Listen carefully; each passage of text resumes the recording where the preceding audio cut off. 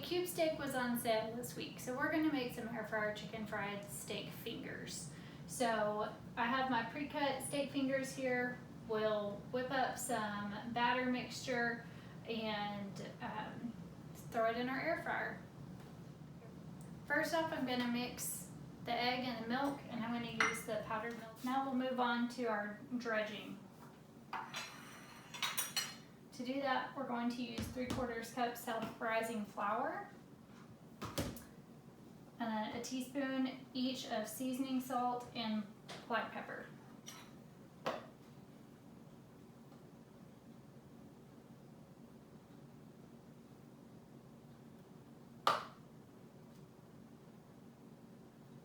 Doesn't have to be exact because it's just going to be the dredging and coating for our steak fingers.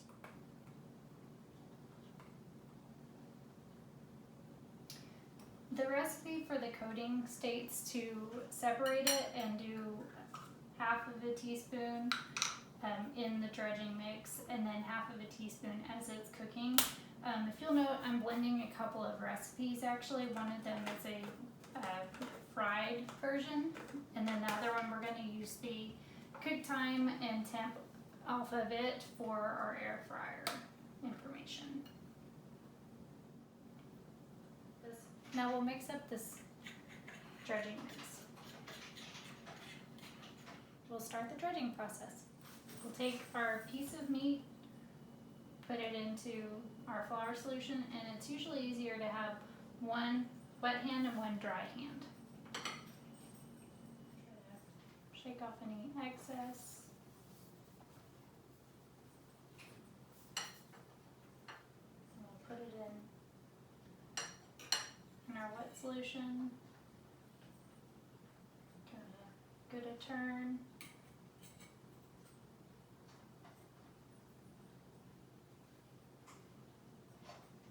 Take it out and return it in. Mix.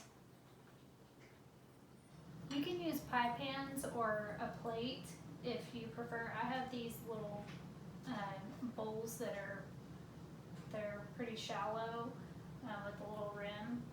So it's really whatever you have available and whatever your preference is.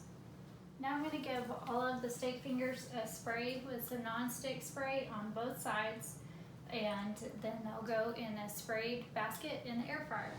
Once it got up to temp, I went ahead and got my silicone tongs and got them off of the plates and onto the air fryer basket. So they should start cooking up pretty quickly. They will be flipped at 4 minutes and then continue cooking. I didn't find them to be done at the time, so I went ahead and put them in for about 4 more minutes. I also turned them a little late, so maybe that had something to do with it. I doubt it. You can kind of see, especially with this one up front, that the breading came off. Probably most of them lost about half of the breading onto the pan, so definitely make sure you spray them. So this is what the finished product looks like.